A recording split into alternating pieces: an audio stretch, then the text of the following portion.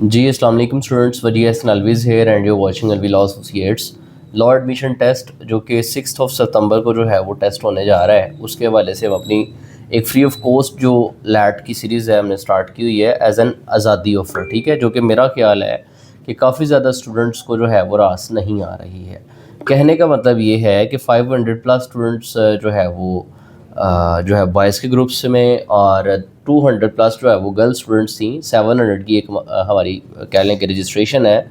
और आप लोगों की कंसर्न्स की वजह से हमने गूगल मीट प्रॉपर जो है इसकी सब्सक्रिप्शन बाय की कि हमने लार्ज ऑडियंस जो है उसको टैकल करना है यहाँ पे। लेकिन क्लास लेने स्टूडेंट्स आ रहे हैं 60, 70, 100, बाकी जो है मतलब उनको कोई कंसर्न नहीं है लाइव क्लास से। यहाँ पे मैं अपना इंपॉर्टेंट टाइम जो है वो इन्वेस्ट करके आपके लिए अलग से टाइम निकाल रहा हूँ कि भाई 5 से ऑनवर्ड्स आपको मैंने क्लास देनी है। ठीक है, बाकी सारी चीज़ें साइड पे रख के, और आप जो है वो इसको लाइट ले रहे हैं। तो मेरा ख्याल है कि अगर आपको इस चीज़ की कदर नहीं है तो फिर मेरा नहीं ख्याल कि आप पास होने जा रहे हैं। ठीक है, तो अगर तो आपने वाकई में पास होना है तो फिर आपको इस चीज़ की कदर करनी पड़ेगी। रिकॉर्डेड लेक्चर्स आ जाते हैं, नॉट मीन्स डैट कि भाई आप पास हो जाएंगे। ठीक है, उन अव्वल तो वो बाद में आपसे सुने नहीं जाते, और अगर सुने भी तो वो इंटरेक्शन नहीं होता जो कि लाइव क्लास का होता है। तो वाकई में अगर आप लॉ एडमिशन टेस्ट पास करना चाहते हैं, वाकई में अगर आप ये जो है ना ब्लैक यूनिफॉर्म पहनना चाहते हैं, तो इसमें फिर आपको जो है वो कोशिश करनी पड़ेगी, एफर्ट्स पुटअप करनी पड़ेंगी, फिर ही आप जो है वो पास होंगे, अदरवाइज़ नहीं होंगे। ठीक है, तो इसमें ना अपना ज़रा इंटरेस्ट थोड़ा सा शो करें ताकि पता हो कि आप पढ़ने आए हैं। एनी हाउ, अब तक हमने सब्जेक्टिव पोर्शन जो था अपना 25 मार्क्स का, उसके हवाले से डिफरेंट जो है वो चीज़ें देखी। मैंने आपको सो फार गाइड कर दिया कि 25 मार्क्स का जो है हमारे पास सब्जेक्टिव पोर्शन है। ठीक है, और उस 25 मार्क्स के लिए दो चीज़ें हैं। एक जो है वो 15 मार्क्स का हमारे पास ऐसे है, और एक 10 मार्क्स की हमारे पास पर्सनल स्टेटमेंट है। ये दोनों चीज़ें मिला के हमारे पास 25 मार्क्स का जो है वो सब्जेक्टिव पोर्शन होगा। ऐसे पे इन डिटेल मैं बता चुका हूँ कि ऐसे किस तरह से लिखना है, इंपॉर्टेंट टॉपिक्स कौन से हैं, और ग्रुप के अंदर डेली बेसिस पे प्रैक्टिस भी चल रही है। जो स्टूडेंट्स लिख के भेजते हैं मैं उनका अच्छा काम जिसका लगता है वो ग्रुप में शेयर भी करता हूँ ताकि आपकी हेल्प हो गई ऐसे किस तरह से लिखना है। सेम लाइकवाइज पर्सनल स्टेटमेंट है, मैंने पहले आपको समझाया कि पर्सनल स्टेटमेंट किस तरह से लिखते हैं, देन आपको सिखाया कि किस तरह कौन कौन से टॉपिक्स हैं, और देन उस पर भी हम डेली बेसिस काम कर रहे हैं। अच्छा, कुछ स्टूडेंट्स आते हैं कि सर कौन सी बुक लेनी चाहिए। देखिए, अगर तो पैसे आपके पास बहुत ज़्यादा हैं तो लाजमी तौर पे लैट से रिलेटेड बुक्स जो है मार्केट में अवेलेबल हैं। 100 किस्म की अवेलेबल होंगी, जो ख़रीदनी है आप ख़रीद लें। ठीक है, अक्सर तो मैं देख रहा हूँ 2500 रुपये की बुक है और सिर्फ उसमें पास्ट पेपर्स हैं, मतलब कोई अपनी एफर्ट ही नहीं है। एक होता है ना कि बंदा एक लफ्ज़ भी अपना उसमें ऐड कर दे। अगर मैं हूँ, मैं डेली बेसिस यहाँ पे क्लास दे रहा हूँ, अपना कोई आधा पौना घंटा 1 घंटा इन्वेस्ट कर रहा हूँ। इससे पहले इसको क्लास को तैयार करने के लिए मटेरियल भी मैंने रेडी करना है। ठीक है, तो ये है कि मतलब सेल्फ एफर्ट्स हैं, क्लास है, प्रॉपर अपना मटेरियल है, अपने सारे नोट्स हम तैयार कर रहे हैं, और देन आप स्टूडेंट्स को प्रोवाइड कर रहे हैं किस तरह से ऐसे लिखना है, personal statement, helping material provide कर रहे हैं। तो ये चले सर्विसेज हैं, इसका आप चार्ज करें, इसका आप 3000, 5000, 10,000 भी लें, जस्टिफाइड है कि यार आप अपनी मेहनत कर रहे हैं और बदले में आप जो है वो किसी से कोई फ़ी ले रहे हैं, जस्टिफाइड। लेकिन महज पास्ट पेपर्स हैं, पास्ट पेपर्स उठा के बुक्स में डाले हुए हैं, और आगे वही बुक जो है वो धड़ाधड़ सेल करी जा रहे हैं, और स्टूडेंट्स भी पागलों की तरह जो है वो परचेज़ करी जा रहे हैं। सारे के सारे पास्ट पेपर्स का रट्टा भी लगा लेंगे तो क्या आप पास हो जाएंगे? द आंसर इज़ नो, क्योंकि पास्ट पेपर्स सारे को सारे उठा के उसने नहीं दे देने। कोई 2-4 MCQs रिपीट हो देंगे, बाकी का क्या करेंगे? और अगर पास्ट पेपर्स ही चाहिए तो मैं आपको फ्री ऑफ कॉस्ट में पास्ट पेपर्स के PDF जो है वो ग्रुप्स के अंदर शेयर करूँगा। तो अगर तो आपके पास पैसे खुले डुले हैं और आपका बड़ा दिल कर रहा है कि यार नहीं, हम फ्री क्यों पढ़ रहे हैं, आपको और चुल्ल हो रही है कि नहीं यार फ्री क्यों पढ़ रहे हैं, पैसे लगने चाहिए हमारे, तो फिर आप लाजमी तौर पे किताबें ख़रीदें। ठीक है, और जब लैट दे देंगे तो फिर मुझे आगे बताइएगा कि कितना वो आपका फ़ायदा हो गया। ठीक है, और अगर आप आराम से तैयारी करना चाहते हैं तो डाइवर्शन के बिना आराम से इस सेशन को अच्छे तरीके से प्रिपेयर कर लें, आप 100% पास हो जाएंगे इंशाल्लाह। ठीक है, अभी से ऑनवर्ड्स MCQs की सीरीज शुरू हो गई है, इसके जो भी PDF होंगे डेली बेसिस MCQs के, वो आपके साथ शेयर किए जाएंगे। ठीक, ये कुछ ज़रूरी चीज़ें हैं जो साथ साथ आपको बतानी ज़रूरी हैं। अभी आप इंटर करके आए हैं, कुछ स्टूडेंट्स माइंड आपके कच्चे हैं, मेच्योर नहीं है, आपको नहीं पता what to do what to not, आप बस देखते हैं फलाने बंदे ने किताब लगा दी है, लो जी बल्ले बल्ले बल्ले बल्ले, आप परचेज़ करने चले जाते हैं। तो अगर तो पैसे हैं खुले डुल्ले तो बाय कर ले, फ़ायदा कोई नहीं है, ठीक है। पास पेपर सिर्फ चिपकाए हुए हैं। हाँ, किसी का कोई अपना मटेरियल है, बड़ा उसने अच्छा लिखा हुआ है, बड़े अच्छे उसने तैयारी कराई हुई है, दैट्स अ सेपरेट थिंग, उसको अप्रिशिएट भी करना चाहिए और उसकी बुक लेनी भी चाहिए। एनी हाउ, हमारी भी प्रॉपर किताब मौजूद है, लेकिन हम उसको इस एडिशन के लिए वैसे पब्लिक नहीं कर रहे, हम वैसे फ्री ऑफ कॉस्ट एक सेशन करा रहे हैं, उसमें हम डिफरेंट पीडीएफ्स की फॉर्म में आपके साथ मटेरियल शेयर कर रहे हैं, जो कि 100% आपके लिए सक्सेस का बायस बनेगा इंशाल्लाह। खैर, आज से ऑनवर्ड जो है हमने अपना जो ऑब्जेक्टिव पोर्शन है 75 मार्क्स का वो शुरू करना है, और उस हवाले से सबसे पहले जो पोर्शन है वो इंग्लिश का है, और इंग्लिश में हमें 20 मार्क्स के जो है वो एमसीक्यूज़ आने हैं। इंग्लिश में से कौन कौन से एमसीक्यूज़ आने हैं सबसे ये पहले ये पता होना चाहिए, ये पता होगा तो फिर आगे आसानी हो जाएगी। तो वो मैंने लास्ट टाइम भी आपको जब एक मेजर लेक्चर किया था शुरू वाला, उसमें भी समझाया था, बताया था कि ये जो इंग्लिश के 20 मार्क्स हैं ये कहाँ कहाँ से कवर होंगे। इसमें प्रेपोजिशन होगी, इसमें फ्रेजल वर्ब्स होंगे, इसमें वर्ड्स होंगे, उनके मीनिंग्स बताने होंगे आपने, इसमें सिनोनिम्स होंगे, इसमें एंटोनिम्स होंगे, करेक्ट स्पेलिंग्स होंगे, करेक्ट सेंटेंसेस होंगे, इसमें कंपैरेटिव और कंडीशनल स्ट्रक्चर सेंटेंसेस के रिलेटेड होगा, डिस्क्रिप्टिव साउंड्स वोकैबुलरी होगी, ठीक है। ये सारी चीज़ें जो है वो 20 मार्क्स के लिए आपको इनमें से चीज़ें पूछी जाएंगी, लाइक सिनोनिम्स पूछे जाएंगे, एंटोनिम्स पूछे जाएंगे, प्रेपोजिशन पूछी जाएगी। अब जो किताबें आप बाय करते हैं उसमें सिर्फ और सिर्फ अगर सिनोनिम्स निकाल के देख लेंगे तो 1000 सिर्फ सिनोनिम्स ही आपको नजर आएंगे। तो क्या आप 1000 सिनोनिम्स तैयार कर सकते हैं? मुझे ज़रा इस बात का आंसर कर दें, ठीक है। क्या 1000 सिनोनिम्स याद करना पॉसिबल है? ठीक है। उसके बाद उस किताब को देखेंगे तो उसमें को 500 एंटोनिम्स दिए होंगे, ठीक है। तो क्या 500 एंटोनिम्स याद करना एक नॉर्मल स्टूडेंट के लिए पॉसिबल है? ठीक है। फिर उसी बुक को आप उठा के देखिएगा, उसमें प्रेपोजिशंस के लिए आपको 300-400 एमसीक्यूज अलग से प्रेपोजिशन के दिए होंगे, ठीक है। क्या 300-400 प्रेपोजिशन का आप रट्टा लगा सकते हैं? फिर आप देखिएगा कि आपको फ्रेजल वर्ब के नाम पे 200-400 एमसीक्यू फिर से देखने को मिल जाएंगे। तो मतलब सिर्फ और सिर्फ अगर इंग्लिश 20 मार्क्स की तैयार करने जाएंगे ना, तो आपको उसमें से तकरीबन और तकरीबन 2000-2500 एमसीक्यू उस बुक में दिए होंगे। तो क्या आप इतना कुछ याद कर सकते हैं? मुझे बताएं।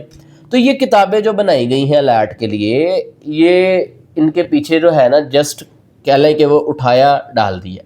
स्टूडेंट्स को उनकी जो सेल्फ स्किल्स हैं उनको पॉलिश करने पे कोई काम नहीं कर रहा। मतलब स्टूडेंट्स को ये कोई नहीं बता रहा कि भाई ये चीज़ आनी है, इसको आप ऑलरेडी जानते हैं, इस पे सिर्फ आपने मेहनत करनी है, थोड़ी सी पॉलिश करना है खुद को। अब ऐसे हर किसी ने 60-60 70-70 लिख दिए अपनी किताबों में। क्या 60-70 ऐसे याद कर सकता है कोई बच्चा? द आंसर इज नो, याद तो नहीं हो सकता। तो फिर क्या करना है? फिर बच्चे की स्किल्स को पॉलिश करना है, जो अलवी लॉ एसोसिएट करवा रहा है। हम बच्चे को टॉपिक भेज रहे हैं, हेल्पिंग मटेरियल भेज रहे हैं, और बच्चे को कह रहे हैं भाई खुद लिखो, खुद लिखना शुरू करो। ऐसे बच्चे जिनको कुछ भी नहीं आता था उन्होंने खुद लिखना शुरू किया। 2 टॉपिक्स खुद देख के लिखेंगे, 4 टॉपिक्स देख के लिखेंगे, 10 टॉपिक हेल्पिंग मटेरियल के थ्रू लिखेंगे, 11वें ऐसे आप खुद लिखने काबिल हो जाएंगे, ठीक है। जो चेक करवाता है मैं 7 गलतियां बताता हूँ, इम्प्रूवमेंट नेक्स्ट ऐसे में हो जाती है। तो इस तरह से जब करेंगे तो आप सेल्फ नॉलेज के तहत अपनी स्किल्स को पॉलिश करके लैट टेस्ट आराम से पास कर सकते हैं, बजाय रट्टाबाजी के। को 60-70 ऐसे याद नहीं किए जा सकते, को 50 पर्सनल स्टेटमेंट्स याद नहीं की जा सकती। इंग्लिश के लिए 2000 अलग, उर्दू के लिए 2000 अलग, मैथ्स के लिए कोई 1000-1200 अलग एमसीक्यूज तैयार नहीं किए जा सकते। ये कौन समझाएगा आपको?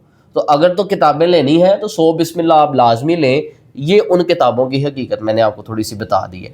अब करना क्या है? मैं किताबें लेने से मना नहीं कर रहा, मैं कह रहा हूँ वो किताब लें कि जो आपको टू द पॉइंट बताए, और अगर नहीं पता चल रहा तो फिर इस सेशन से अच्छी तैयारी हो जाएगी। अभी फ़िलहाल इस सेशन को आप केयरफुली अच्छे तरीके से तैयार करें। इसमें आपको सिनोनिम्स बताए जाएंगे कि किस तरह से तैयार करने हैं, ठीक है। 1000 सिनोनिम्स को रट्टा नहीं लगवाया जाएगा, स्किल्स बताई जाएंगी, को 50-60 इंपॉर्टेंट आपको करवाए जाएंगे, बाकी आप खुद करने लायक होंगे, ठीक है। इस तरह से तैयारी करवाई जाएगी, आपकी स्किल्स पे वर्किंग की जाएगी, ठीक है। रट्टाबाजी आपको यहाँ पे नहीं सिखाई जाएगी, ये चीज़ है। 20 मार्क्स का जो है वो इंग्लिश का पोर्शन है, और 20 मार्क्स के लिए जो चीज़ें पूछी जानी है, preposition, phrasal verbs, synonyms, antonyms, ये डिफरेंट चीज़ें हैं। आज हमने इसमें से सबसे पहली जो चीज़ है सिनोनिम्स, वो तैयार करने हैं, ठीक है। इसके लिए मैं आपको ये नहीं कहूँगा कि 1000 सिनोनिम्स जो है वो तैयार कर लें, ठीक है। तैयार करने जाएंगे फिर 1000 सिनोनिम्स इन 30 दिन में तैयार करेंगे, बाकी और कुछ नहीं हो सकता। तो सिनोनिम्स पार्ट भी आपसे 3 या 4 पूछ लेगा वो, बाकी का क्या करना। तो ये इस तरह से किताबों से रट्टे लगाने से तैयारी लैट की नहीं होती है। सबसे पहले ये माइंड सेट जो है वो क्लियर कर लें। आ जाते हैं सिनोनिम्स पे कि सिनोनिम्स को किस तरह से अटेम्प्ट करना है, ठीक है। सबसे पहले important synonyms with simple explanation हम देख लेते हैं कि सिनोनिम है क्या, सिनोनिम को अटेम्प्ट कैसे करना है, कुछ रूल्स क्या हैं सिनोनिम्स के हवाले से, वो देख लेते हैं, बजाय इसके कि डायरेक्टली हम 1000 सिनोनिम्स को रट्टा लगाना शुरू करते हैं। अंडरस्टैंडिंग द सिनोनिम, पहले सिनोनिम क्या है, क्या इसको अंडरस्टैंड करते हैं, देन सिनोनिम्स की तरफ जाएंगे। कहते हैं imagine you have a box of colourful markers. आपके पास एक बॉक्स है और वो बॉक्स जो है ना कलरफुल मार्कर्स के साथ भरा हुआ है। Let's suppose blue, black, yellow, red, green, whatever different colours के साथ वो बॉक्स भरा हुआ है।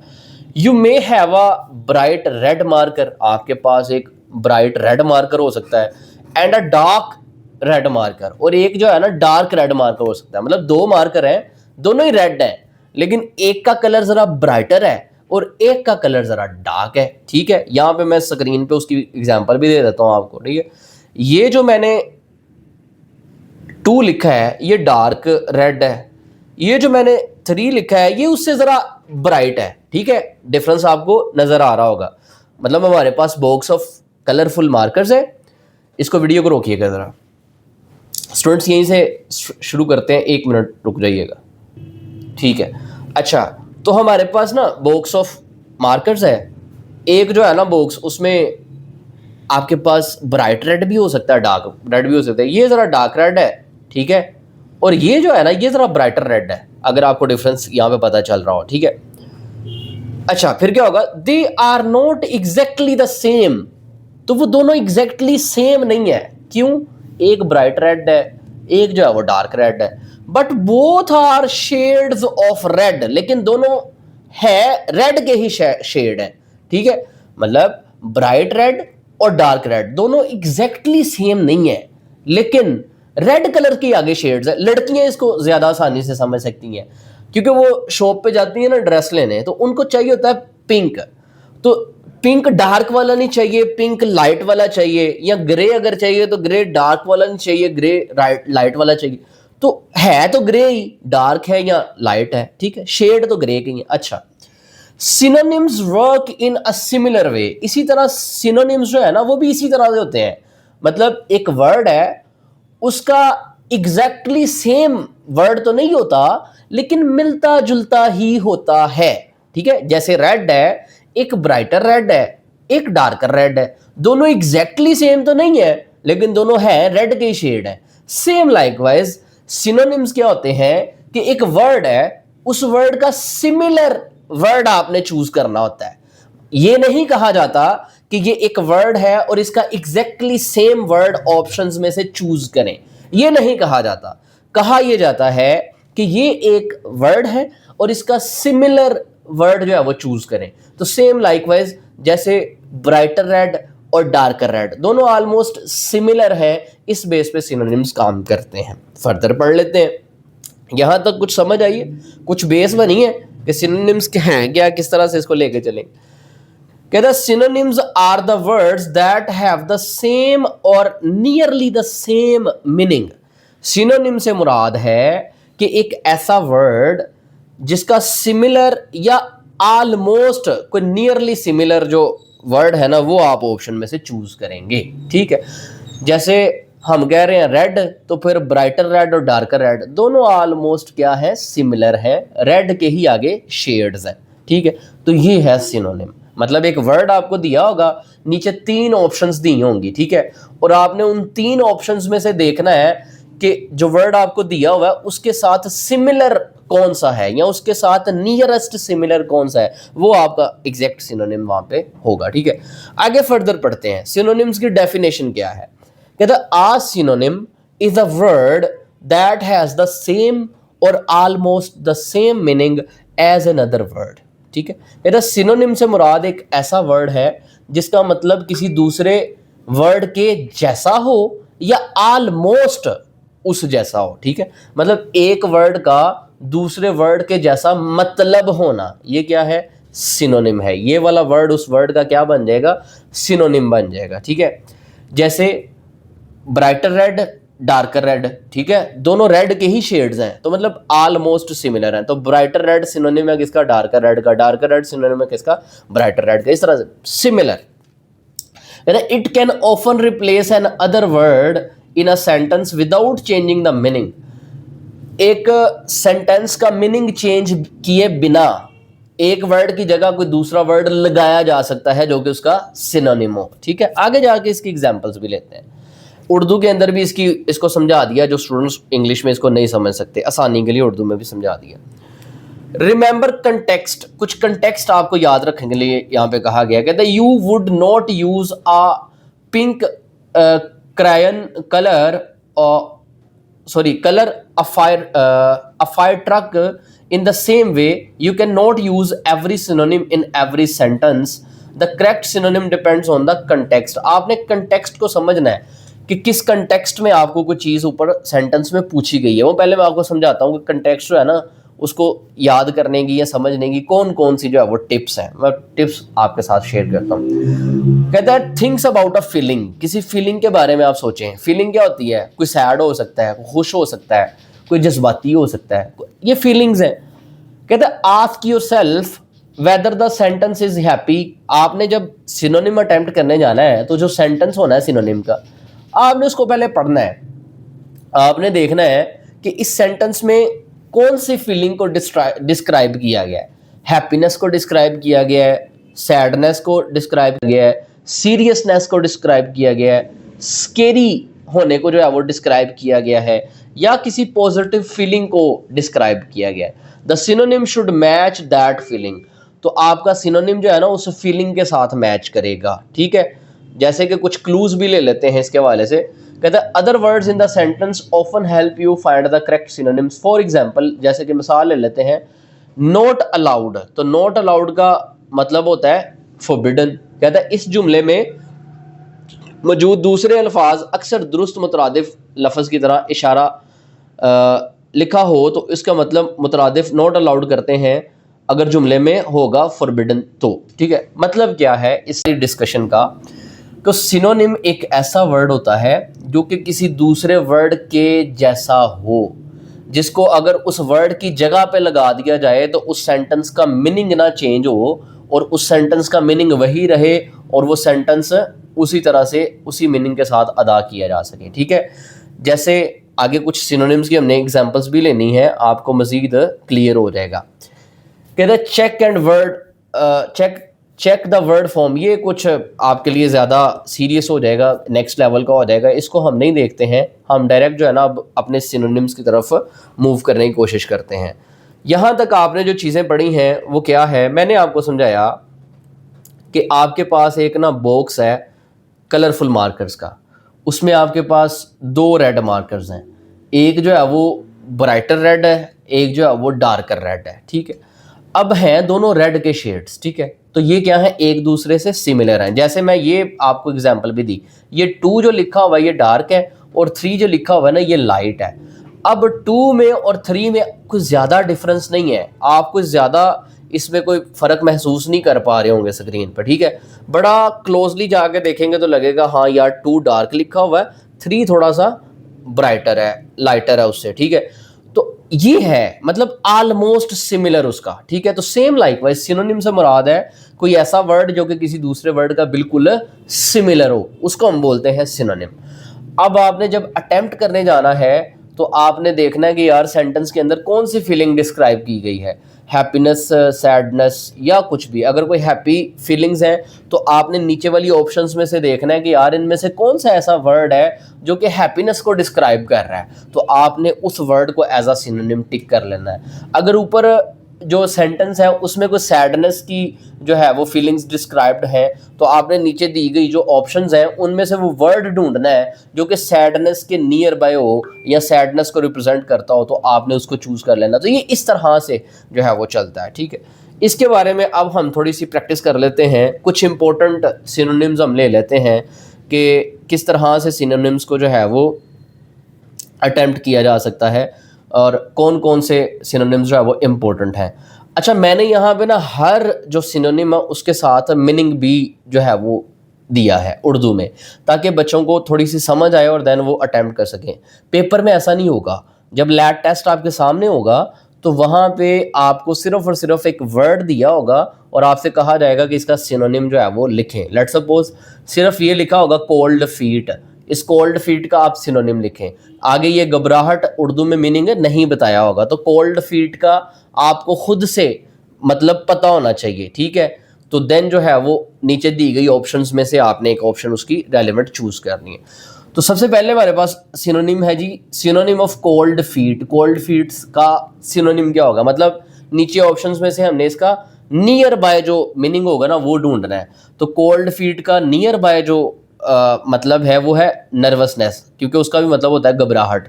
तो कोल्ड फीट का भी मतलब है घबराहट, नर्वसनेस का मतलब ही भी है घबराहट। तो दोनों का मतलब क्या है, सेम है, लिहाजा हम कोल्ड फीट की जगह नर्वसनेस जो है वो यूज कर सकते हैं, ठीक है। तो ये है सिनोनिम, यानी उस जैसा, जिसका मतलब ऑलमोस्ट सिमिलर हो, ठीक है। जिसको अब नर्वसनेस को हम कोल्ड फीट की जगह यूज करेंगे तो फर्क कोई नहीं पड़ेगा, क्योंकि दोनों का मतलब क्या है, घबराहट है। नंबर सेकंड पे है जी। तो सो फार हमने पढ़ा कि सिनोनिम से क्या मुराद है, ठीक है। और अब हम कुछ सिनोनिम्स की प्रैक्टिस कर रहे हैं। जैसे कोल्ड फीट, तो उसका उर्दू मीनिंग हमने देख लिया कि घबराहट होता है। तो नीचे दी गई 3 जो ऑप्शंस हैं उसमें से हमने सिमिलर वर्ड ढूंढना है जिसका मतलब घबराहट से मिलता जुलता हो या घबराहट हो, तो वो है नर्वसनेस, ठीक है। तो वो हमारा करेक्ट आंसर है। नंबर सेकंड पे है फनरेरी, ठीक है। फनरेरी मतलब तदफीन से मुतल्लक जो मामलात होते हैं। एक बंदे की वफ़ात हो गई है, अब उसके जो है वो तदफीन के मामलात हैं, वो उसने एक वर्ड दिया है। अब हमने नीचे 3 वर्ड्स ऑप्शंस के हैं, उसमें हमने देखना है कि कौन सा ऐसा वर्ड है जो कि तदफीन से नियर बाय मिलता जुलता है, सिमिलर है। तो अगर फेस्टिव देखें तो फेस्टिव होता है जश्न मनाना, जश्न का आलम, ठीक है। अगर जॉयफुल देखें तो वो खुशी से भरपूर लम्हे को कहते हैं। लेकिन ये जो बरियल है, बरियल एक ऐसा वर्ड है जिसका मतलब है कि तदफीन, तो मतलब सिमिलर वर्ड इसका क्या हो गया, बरियल। तो वो हमारा जो है वो करेक्ट आंसर आ गया। तो सिंपली अगर सिनोनिम का देखेंगे, सिनोनिम से क्या मुराद है, तो मतलब एक वर्ड का सिमिलर मिलता जुलता जो दूसरा वर्ड है उसको आप सिनोनिम कहते हैं। तो एक वर्ड आपको सिनोनिम के तौर पे दिया होगा, उसका आपने मिलता जुलता नीचे ऑप्शंस में से करेक्ट चूज करना है। Then synonym of lifeline. Lifeline क्या होता है, सहारा मिल जाना, कोई इमदादी जरिया बन जाना। आप समंदर में कश्ती में हैं और आपकी जो कश्ती है वो डूब रही है, ठीक है, और मीनवाइल को दूसरी शिप का आ जाना और आपको बचा लेना, तो ये क्या है, वो आपको सहारा मिल गया है, इमदादी जरिया बन गया आपकी निजात का, आप बच गए हैं, ठीक है। तो लाइफ लाइन क्या होता है, सहारा, इमदाद, ठीक है। तो नीचे 3 ऑप्शंस हैं। अगर बाउंड्री की बात करें तो वो उसका मतलब होता है हद, ठीक है, तो वो तो नहीं मिलता जुलता सहारा से। वीकनेस की बात करें तो वो होता है कमज़ोरी। तो सपोर्ट एक ऐसा वर्ड है जिसका मतलब होता है सहारा, के मतलब आपको लाइफ लाइन मिल गई, आपको सपोर्ट मिल गई है, ठीक है। तो ये इसका एग्जैक्ट सिनोनिम है। तो होपफुली अब आपको सिनोनिम्स समझ आ रहे हैं। ये कुछ इंपॉर्टेंट ही हैं, इनको आपने अच्छे तरीके से देख लेना है। लाइव क्लास में देखेंगे, माइंड में बैठ जाएंगे, जैसे मैं एक्सप्लेन भी कर रहा हूँ साथ साथ। फर्दर मोर आप जो है वो रिकॉर्डेड लेक्चर भी सुनेंगे। तो इसको इस तरह से तैयार करना है, रट्टा नहीं लगाना है, समझ के पढ़ना है, इंशाल्लाह लैट क्लियर हो जाएगा। देन है सिनोनिम ऑफ येल। येल मतलब होता है चीखना, चीखना चलाना, ठीक है।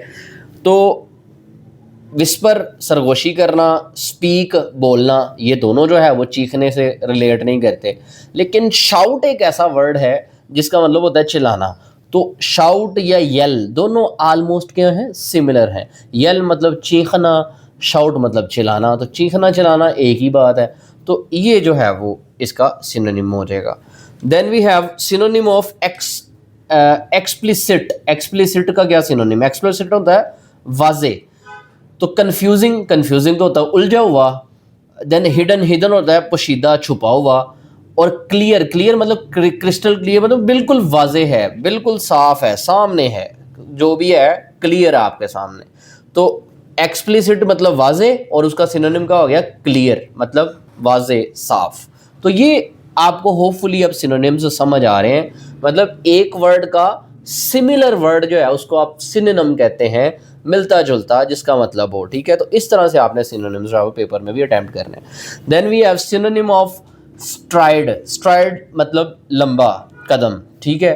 तो देन सिट मतलब बैठना, क्रॉल मतलब रेंगना, जैसे बेबी रेंगता है, ठीक है। सिट मतलब आप किसी दरख्त के नीचे बैठ गए हैं, ये वट एवर। लेकिन स्टेप एक ऐसा वर्ड है जिसका मतलब होता है कदम।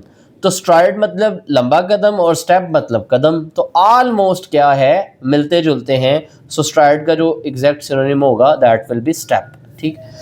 देन है सिनोनिम ऑफ नैप। नैप होता है जबकि या थोड़ी सी नींद लगाना, कहते हैं ना कि दोपहर को थोड़ी सी नैप जो है वो ले लेनी चाहिए, या 10 मिनट आंख लग गई मेरी, वो कहता है यार मैं बस बैठा तो बैठे बैठे मेरी आंख लग गई, आधा घंटा मैं सो गया, तो ये एक नैप होता है। तो नैप, इसका एग्जैक्ट आंसर क्या होगा, स्लीप। स्लीप क्या है, नींद, और नैप क्या है, थोड़ी सी नींद। तो ऑलमोस्ट सिमिलर हैं, ऑलमोस्ट मिलते जुलते हैं, सो इसका सिनोनिम है। Then synonym of resemble. Resemble होता है मुशाबे होना, मिलता जुलता होना। तो इसका एग्जैक्ट जो सिनोनिम है वो है सिमिलर, क्योंकि सिमिलर का भी मतलब है मिलता जुलता। कहते हैं ना यार ये ले आना, अगर ये ना मिला तो इससे सिमिलर मिलता जुलता कोई और ले आना, ठीक है। तो रिजेंबल मतलब सिमिलर, रिजेंबल जो कि मिलता जुलता हो, और सिमिलर भी मतलब मिलता जुलता हो, तो ये इसका synonym. Then synonym of cordial. Cordial मतलब फ्रेंडली, खलूस दिली से या दोस्ताना अंदाज में। तो रुडली, रुडली मतलब होता है बदतमीजी से किसी से बात करना, कि यार ये बड़ा रूड बंदा है, इसने मेरे से बड़ी बदतमीजी से बात की। देन इनसिंसेयर। इनसिंसेयर मतलब ये मेरे साथ सिंसेयर नहीं है, बेखलूस है, ये सिंसेरिटी के साथ नहीं मिलता। लेकिन देन है कॉर्डियली मतलब खलूस दिली से। तो फ्रेंडली का मतलब है, सिनोनिम है क्या है, कॉर्डियली, ठीक है। Then synonym of lenient. Lenient होता है नरम दिल, या कहते हैं ना अक्सर कि यार ये बंदा ज़रा मेरे रेफरेंस वाला है, इसके हवाले से ज़रा लीनियंट व्यू रखिएगा। तो लीनियंट व्यू क्या होता है, नरम दिली से, ज़रा नरमी के साथ इसके साथ पेश आइएगा। तो लीनियंट मतलब फॉरगिविंग मतलब मुआफ़ कर देना, कि यार उसने नरम दिली रखी है, उसने उसके साथ कोई जो है वो उसको गुस्सा नहीं हुआ, और उसने लीनियंट व्यू रखते हुए उसको माफ़ कर दिया, ये इसका सिनोनिम हो गया। देन है सिनोनिम ऑफ सिबलिंग। सिबलिंग बहन भाई आपके होते हैं, अक्सर पूछा जाता है ना how many siblings do you have, आपके कितने बहन भाई हैं।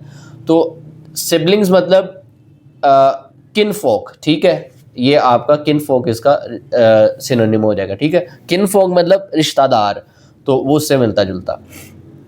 देन है सिनोनिम ऑफ डिलीजेंट। डिलीजेंट होता है मेहनती इंसान, ठीक है। तो यहाँ से हार्ड वर्किंग, हार्ड वर्किंग तो मेहनती को कहते हैं, तो डिलीजेंट लगा दें या हार्ड वर्किंग लगा दें, बात एक ही है, तो मिलता जुलता, मतलब ये इसका सिनोनिम है। Synonym of candid. कैंडिड होता है साफ गो, खरा, कहते हैं ना यार ये बंदा बड़ी सीधी बात करता है, इसमें कोई वलवल नहीं है, ठीक है, ये मुंह पे बात करता है। तो कैंडिड मतलब साफ गो, मतलब खरी बात करने वाला। तो उसका सिनोनिम है फ्रैंक, मतलब जो सीधी बात करने वाला हो, उसकी बात में कोई बल ना हो, या तोड़ मरोड़ के बात ना करे, ठीक है। देन सिनोनिम ऑफ मेटिकुलस, बारीक बीन, कहता ना ये बंदा बड़ा मेटिकुलस है यार, बड़ी बारीक बीनी से चीज़ें चेक करता है, देखता है, ठीक है। तो उसका मतलब है मोहतात, केयरफुल, के यानी बड़ी बारीक बीनी से, बड़ी केयरफुली जो है ना इसने इंस्पेक्शन की है किसी चीज़ की, बड़ी केयरफुली जो है ना इसने ये काम किया है, ठीक। देन है सिनोनिम ऑफ एम्बिगुअस। एम्बिगुअस होता है मुबहिम, ठीक है, यानी गैर वाजे, जो चीज़ क्लियर ना हो। कहते हैं ना यार इस बात में मुझे एम्बिग्यूटी है। एम्बिग्यूटी मतलब कि यार मैं क्लियर नहीं हूँ इस बात के बारे में, मुझे थोड़ा सा खदशा है, मुबहिम हूँ मैं, मतलब मुझे कुछ श्योर नहीं हूँ मैं इस बात के बारे में। तो वो होता है गैर वाजे मतलब अनक्लियर, ये इसका सिनोनिम हो गया, ठीक। देन सिनोनिम ऑफ एडामंट है। एडामंट होता है जिद्दी, ये बड़ा इंपॉर्टेंट एक सिनोनिम है, अक्सर आता होता है, ठीक है। तो जिद्दी का होता है स्टब बोर्ड मतलब हट दरम, ठीक है। देन है सिनोनिम ऑफ बेनवलेंट, मेहरबान यानी काइंड, ठीक है, सिंपल है। देन है सिनोनिम ऑफ फ्रोगल, मतलब कफ़ायत शार, मतलब तो उसका जो सिमिलर वर्ड है ऑन द अदर हैंड वो है जी thrifty. Then synonym of reluctant. Reluctant होता है हिचकिचाहट का शिकार, मतलब हेजिटेट करना किसी काम के हवाले से, तो वो है जी अनविलिंग, यानी ना ख्वाहिशमंद, हेजिटेट करना यानी फुली तौर पे किसी चीज़ को चाहना ना, तो ये उसमें आ जाता है। सिनोनिम ऑफ ऑब्सोलीट यानी मतरूक, इसका क्या मतलब होता है, यानी पुराना, ओल्ड, आउटडेटेड, यानी कहते हैं ना ये मोबाइल पुराना हो गया, आउटडेटेड हो गया, आउटडेटेड वर्जन है इसका, ठीक है, तो ये उससे निकला है, ठीक है, तो इसका मतलब होगा पुराना यानी आउटडेटेड। देन प्रूडेंट, प्रूडेंट होता है कि यार ये बंदा ना नॉर्मल प्रूडेंस का मालिक नहीं है। नॉर्मल प्रूडेंस मतलब नॉर्मल जो अक्ल होती है ना एक इंसान में, वो इसमें नहीं है। तो प्रूडेंट से मुराद होता है अक्लमंद, दाना होना, ठीक है। तो on the other hand wise का भी मतलब अक्लमंद है, तो प्रूडेंट मीन्स वाइज, ये इसका सिनोनिम हो गया। सिनोनिम ऑफ एरोगेंट, एरोगेंट आपको पता मगरूर, यानी इस बंदे को यार बड़ा गरूर है अपने आप पे। तो एरोगेंट मतलब प्राउड, फख्र महसूस करने वाला, ठीक है। सिनोनिम ऑफ जेन्युइन, जेन्युइन आपको पता है, जिसको आप अक्सर बोल रहे होते हैं यार फ़ोन जेन्युइन है, तो वो वर्ड जेन्युइन नहीं होता, वो the real word is genuine, ठीक है। जेन्युइन मतलब असली, के फ़ोन जो है ना असली है, जेन्युइन है, बोक्स पैक है, ठीक है। तो सिनोनिम ऑफ जेन्युइन, जेन्युइन मतलब असली, तो असली का on word, on the other hand similar word क्या होगा इन तीन में से अथेंटिक, अथेंटिक होता है हकीकी, तो ये इससे मिलता जुलता है, तो ये इसका सिनोनिम हो जाएगा। देन हॉस्टाइल, हॉस्टाइल मतलब दुश्मनाना, मतलब ये उसका दुश्मन है, ठीक है। तो हॉस्टाइल मतलब अनफ्रेंडली यानी गैर दोस्ताना, तो गैर दोस्ताना जिसके साथ दोस्ती नहीं है तो वो दुश्मन में ही ऑलमोस्ट आ जाएगा, तो वो हॉस्टाइल मतलब अनफ्रेंडली।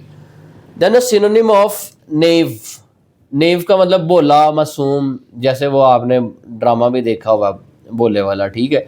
तो वो बेचारा क्या है, भोला है, वो वाकई में भोला है, उसको नेव बोलते हैं। तो on the other hand innocent, मासूम है बेचारा, इसको पता ही किसी चीज़ का नहीं है, ठीक। तो ये इसका सिनोनिम है। देन है जी सिनोनिम ऑफ वैग्यू, ये भी वो ऊपर मुबहिम वाला ही हो गया कि जिस बात में आप श्योर ना हो, गैर वाज़ेह हो चीज़, कोई अनक्लियर, ठीक है। देन है जीलियस, जीलियस पुरजोश, ठीक है। और पुरजोश का on the other hand zealous का जो सिनोनिम है वो है जी एंथुसियास्टिक, ठीक है। उसका भी मतलब होता है पुरजोश होना, कि यार ये बड़ा बंदा जो है ना एंथुसियास्टिक है, मतलब बड़ा पुरजोश है खेल के हवाले से, इसको क्रिकेट बड़ी पसंद है, ये इस लेवल का जो है ना फ़ैन है। रिजिड, रिजिड मतलब होता है सख्त, कोई चीज़ बड़ी सख्त होना, उसको कहते हैं रिजिड, कि यार इसमें लचक ही नहीं है किसी चीज़, किसी तरह की। तो उसका मतलब है स्टिफ, स्टिफ मतलब अकड़ा हुआ, रिजिड, ठीक है, उसी में आ जाता है ना, यार ये बंदा ना बड़ा रिजिड है, ये बंदा बड़ा खड़ूस है।